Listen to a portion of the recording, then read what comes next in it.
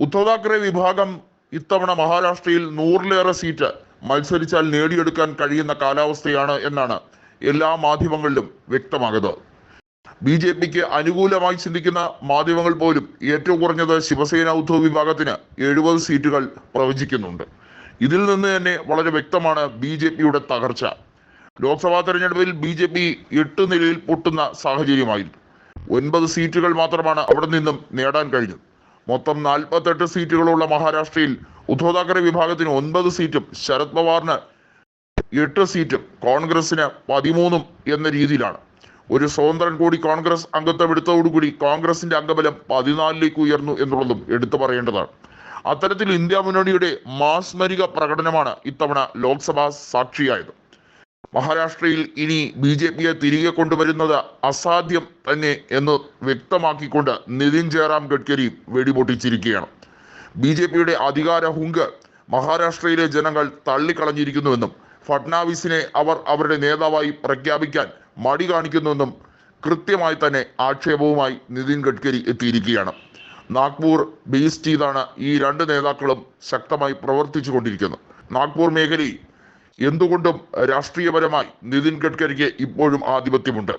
നമുക്കറിയാം, നാഗ്പൂർ കോർപ്പറേഷനിൽ മേയറായ വ്യക്തിയാണ് ഫട്നാവിസ്. അതിനുശേഷമാണ് പിന്നീട് അങ്ങോട്ട് മഹാരാഷ്ട്രയുടെ മുഖ്യമന്ത്രി സ്ഥാനത്തേക്ക് എത്തിയത്, അതും ശിവസേന ഉദ്ധവ് താക്കറെയുടെ പിന്തുണയോടുകൂടി.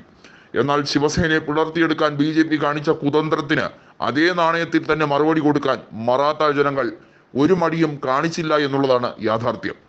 അജിത് പവാറിന് കൃത്യമായി കാര്യങ്ങൾ ബോധ്യപ്പെട്ടു കഴിഞ്ഞു. ശരത്ചന്ദ്ര പവാറിനെ അനുസരിക്കാതിരുന്നാൽ ഇനി വലിയ നഷ്ടങ്ങൾ ഉണ്ടാവും. NCP എന്ന പേരുച്ചരിക്കാൻ പോലും ജനങ്ങൾ അജിത് പവാറിന് തെല്ലിട കൊടുക്കില്ല എന്നതും യാഥാർത്ഥ്യമായി കഴിഞ്ഞിരിക്കുന്നു.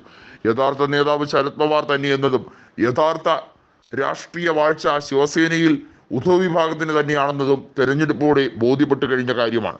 അതിനകത്ത് ഇനി ഒരു ചികയൽ ആവശ്യം പോലും ഇല്ല. വാസ്തവത്തിൽ ഇന്ത്യ മുന്നണിക്ക് ഇത്രയേറെ മികച്ച മുന്നേറ്റം ഉണ്ടാകുമെന്ന് അവർ പോലും വിചാരിച്ചിരുന്നതല്ല. കാരണം പണമിറക്കിയും എല്ലാ രീതിയിലും പ്രതിയോഗികളെ EDയെ കൊണ്ടും കേന്ദ്ര അന്വേഷണ ഏജൻസികളെ കൊണ്ടും അന്വേഷിപ്പിച്ചും ഒക്കെ അവരുടെ അക്കൗണ്ട് ഫ്രീസ് ചെയ്തും ഒക്കെ തെരഞ്ഞെടുപ്പിനെ ഏകപക്ഷീയമാക്കാൻ BJP ഒരു ശ്രമം നടത്തി നോക്കി. പക്ഷേ കൃത്യമായും മറാത്തികൾ പ്രതികരിച്ചു. ഇതിന്റെ ഒരു തുടർ അനുരണനം തന്നെ ആയിരിക്കും നിയമസഭയിലും ഉണ്ടാവുക എന്നാണ് സർവേ പോളുകളിൽ പറയുന്നത്. എക്സിറ്റ് പോളുകളിൽ പറയുന്ന സീറ്റ് വിഹിതം വിപ്പ് കൃത്യമായും ശിവസേനയ്ക്ക് 120 സീറ്റും സഖ്യകക്ഷിയായ കോൺഗ്രസിനും അതുപോലെ തന്നെ NCPക്കും അതാത് രീതിയിലുള്ള പ്രാതിനിധ്യവുമാണ് എന്നുള്ളത് തന്നെയാണ്.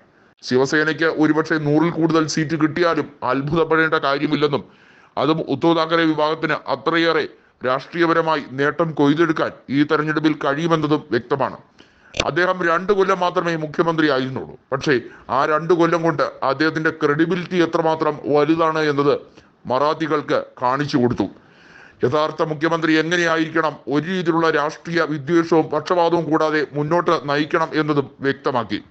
ഇങ്ങനെ ഒരു മനുഷ്യനെയാണ് ഞങ്ങൾ കാത്തിരുന്നത് എന്ന് മറാത്തികൾ തിരികെ പറഞ്ഞിരിക്കുകയാണെന്ന് ശിവസേന ഉദ്ധവ് വിഭാഗം നേതാക്കളെല്ലാം തന്നെ പ്രതികരിച്ചിരിക്കുകയാണ്.